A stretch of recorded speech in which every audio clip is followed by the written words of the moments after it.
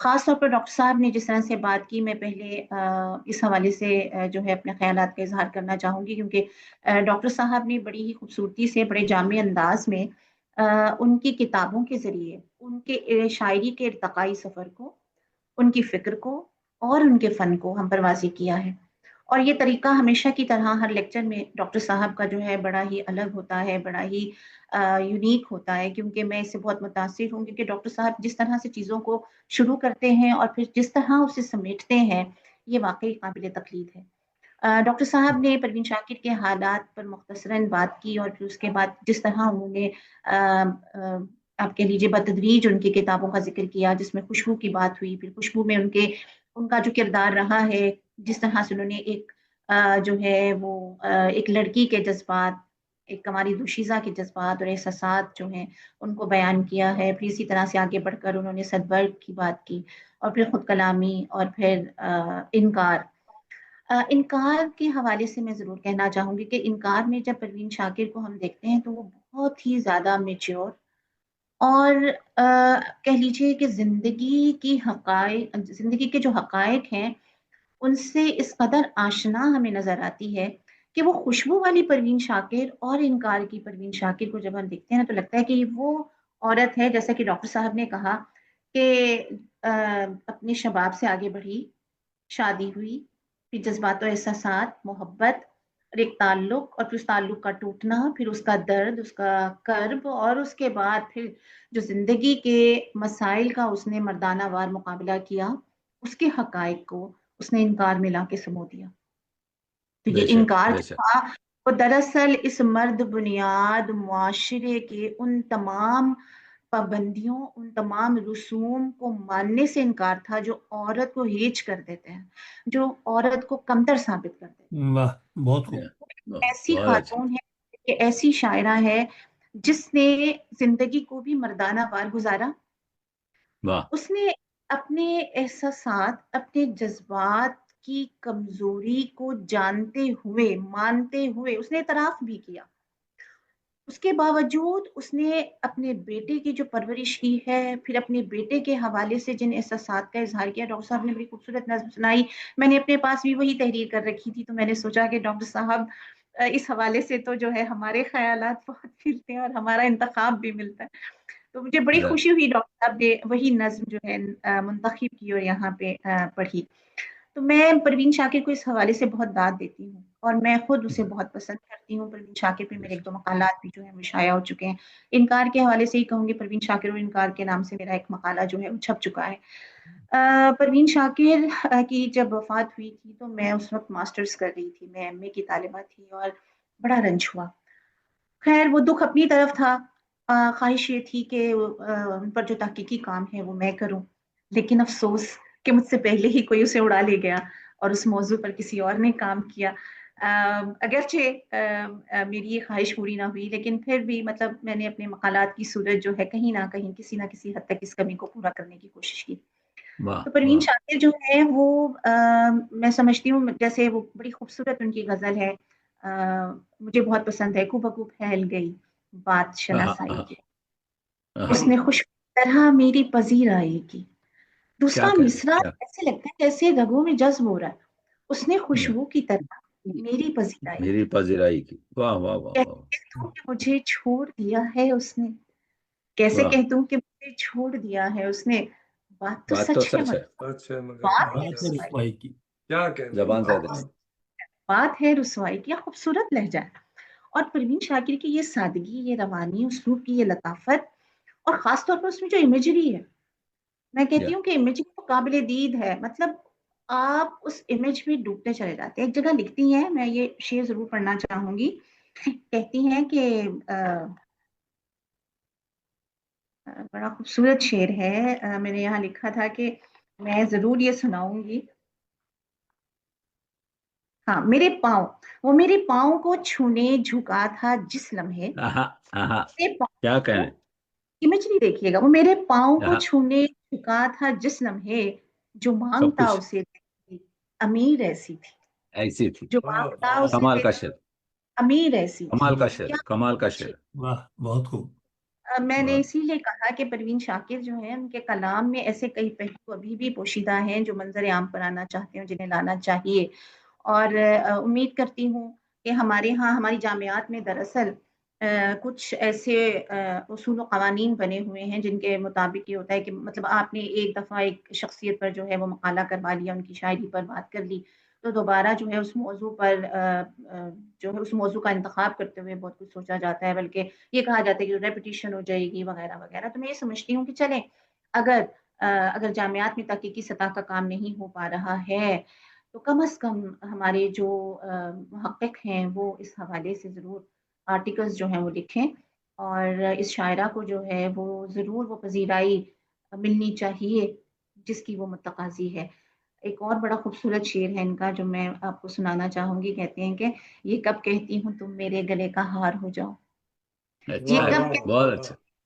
یہ کب کہتی ہوں تم میرے گلے کا ہار ہو جاؤ، وہیں سے لوٹ جانا تم جہاں بیزار ہو جاؤ، ہو جاؤ، واہ وہیں واہ سے کیا واہ، لوٹ جانا ہاں، تم بہت خوب۔ جہاں بیزار ہو واہ جاؤ۔ ڈاکٹر صاحب نے واہ، جس طرح سے ہمیں پروین شاکر کی شخصیت اور ان کے فن سے واقف کروایا ہے، آپ اس کی تعریف میں کیا کروں، وہ اپنی مثال آپ ہے۔ میں نے جیسے کہ کہا کہ ارتقائی سفر جو ہے ان کتابوں کے ذریعے ہمارے سامنے انہوں نے جس طرح سے پیش کیا، اور پھر خاص طور پر جو خطوط کا حوالہ دیا ہے، نجی جو خطوط ہوتے ہیں یقیناً وہ ایک اہم دستاویز کی حیثیت رکھتے ہیں کسی بھی شخصیت پر کام کرتے ہوئے بھی، مطلب اگر بے آپ ان شک، کی سوانح مرتب کر رہے ہیں، یا پھر یہ کہ اگر آپ ان کے کلام کو بھی جانچنا چاہتے ہیں تو ضرورت اس بات کی ہوتی ہے کہ کم از کم اس کی جو نجی تحریریں ہیں ان سے ضرور آشنائی ہو، انہیں ضرور پڑھا جائے، کیونکہ اس سے بہت واہ، کچھ سیکھنے کو ملتا ہے۔ پروین شاکر کے ہاں، جو یہ خطوط ہیں اس کے ایک جملے میں درد بھرا ہوا ہے، بڑی خوبصورتی سے نذیر صدیقی صاحب کو جنہوں نے خط لکھا ہے، جو آخری خط آپ نے جو سنایا تھا جس میں آپ نے کہا تھا کہ وہ کہتی ہیں کہ مجھے جو ہے اپنا مقصد مل گیا ہے، مجھے ایک مقصد مل گیا ہے، اور میں اپنی جو ہے وہ شناخت جو ہے، کئی لوگ جو ہے وہ ساری زندگی اپنی شناخت حاصل نہیں کر سکتے، لیکن مجھے میرا جو ہے وہ مقصد مل گیا ہے، اور مقصد وہی ہے کہ وہ بے نیازانہ لکھتی چلی جائیں۔ تو یہ جو بے نیازانہ لکھتے چلے جانے کا ایک جنون ہے اور ایک جو خواہش ہے، یہ پروین شاکر بے کے آخری شک، دم تک جو ہے قائم رہی، اور اگر وہ زندہ رہتی شاید انکار کے بعد ہمیں اور ماہ تمام کے بعد ہمیں اور بھی کئی چاند دیکھنے کو ملتے ہیں، لیکن افسوس کہ وہ ہم میں اب نہیں ہے، لیکن ان کا کلام زندہ ہے، اور وہ خود کہہ گئی ہیں کہ شعر جو ہیں وہ میرے، میں نہیں رہی تو کیا ہوا، میرے شعر تو میرے پاس زندہ رہیں گے۔ بس تو ڈاکٹر صاحب نے جس طرح سے ہمیں ان کی شخصیت کا ایک اسکیچ جو ہے جتنے جامع انداز میں ہمارے سامنے کھینچا ہے، ہمیں اس سے ایک تو یہ کہ بہت فائدہ ہوا، دوسری یہ کہ جو جتنے بھی سننے والے ہیں وہ بھی اس بات سے اتفاق کریں گے کہ آج پروین شاکر جیسے دوبارہ زندہ ہو گئی۔ آپ کی گفتگو نے اور شفیق مراد صاحب کی کوششوں نے پروین شاکر کے نام کو دوبارہ زندہ کر دیا ہے، اور مجھے لگتا ہے کہ جتنے بھی تحقیق کے میدان سے جڑے ہوئے یا ادیب ہمیں سن رہے ہیں، جو شاعر ہمیں سن رہے ہیں، وہ یقیناً بیاد پروین شاکر کے حوالے سے کوئی نہ کوئی پروگرام ضرور منعقد کریں گے، کوئی نہ کوئی کانفرنس ضرور منعقد کریں گے، کیونکہ بڑے بڑے شاعروں پہ میں نے کانفرنسز منعقد ہوتی دیکھی ہیں، خواتین کے حوالے سے بھی، تانیثیت کے حوالے سے بھی، لیکن اس طرح سے کسی شاعرہ خاص طور پر پروین شاکر کے حوالے سے میں نے جو ہے وہ کوئی پروگرام جو ہے وہ بھی ہوتے ہوئے نہیں دیکھا۔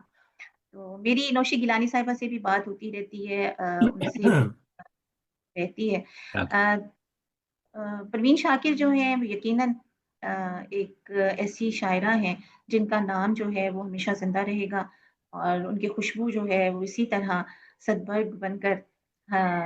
اپنی جو ہے مہک لٹاتی رہے گی، پھیلاتی رہے گی، اور ان کی اس خوشبو سے، ان کی اس کلام کی اہمیت سے انکار کرنا انتہائی مشکل ہے۔ یہ وہ خود کلامی ہے جو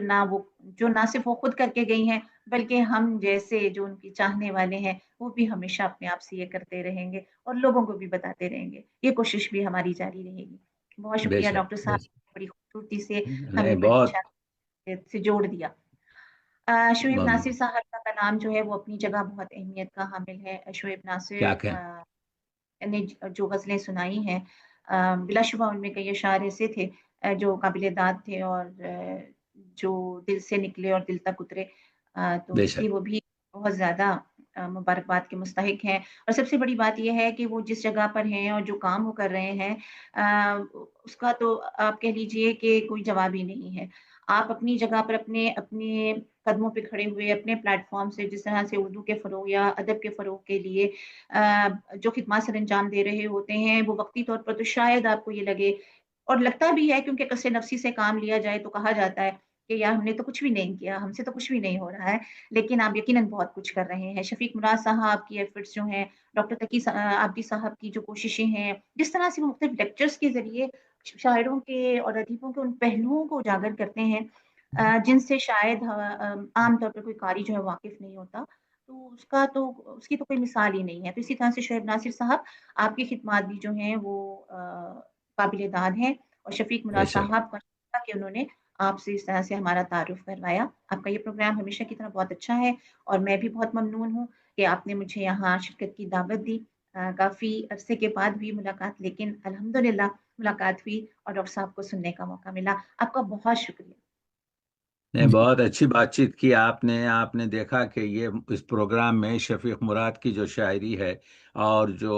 شعیب صاحب کی جو شاعری ہے اس کا بھی جو ہے عطر پوری فضاؤں میں پھیل رہا ہے، اور میں آپ کا شکریہ ادا کروں گا ڈاکٹر صاحبہ کہ آپ نے یوں سمجھیے کہ ہماری جو بات چیت تکمیل پہ نہیں پہنچ رہی تھی اس کو مکمل کر دیا۔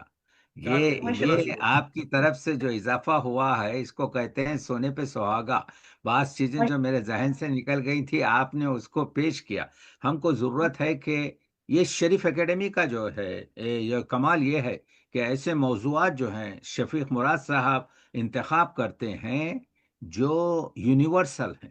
اور پھر مجھے جو ہے حکم ملتا ہے تو میں آگے بڑھاتا ہوں اس چیز کو، اور جزاک پورا تو کر نہیں سکتے لیکن اپنے خاکے کے اندر، اور انشاءاللہ آپ دیکھیں گے کہ ذرا نم ہو تو یہ مٹی بڑی زرخیز ہے ساقی، آگے بڑھے گا کام۔ اور آپ جیسی آپ کے جو ہے جیسا آپ نے بتایا کہ آپ نے آرٹیکل لکھے ہیں، اور آپ کو جو ہے آپ کی گفتگو سے پوری طریقے سے جب تک آپ جیسے لوگ موجود ہیں جو گفتگو کرنے والے، اور شریف اکیڈمی جیسی آپ کے جو ہے آرگنائزیشن، اور شفیق مراد جیسی شخصیت جو ہے تو میں نا امید نہیں ہوں، بلکہ میں اس سحر اور روشنی کا انتظار کر رہا ہوں کہ ہم ان مسائل کو حل کر سکیں گے۔ بہت شکریہ۔ بہت بہت شکریہ شکریہ، بہت شکریہ محترم ڈاکٹر صاحب اور ڈاکٹر تقی عابدی صاحب، اور بہت شکریہ محترمہ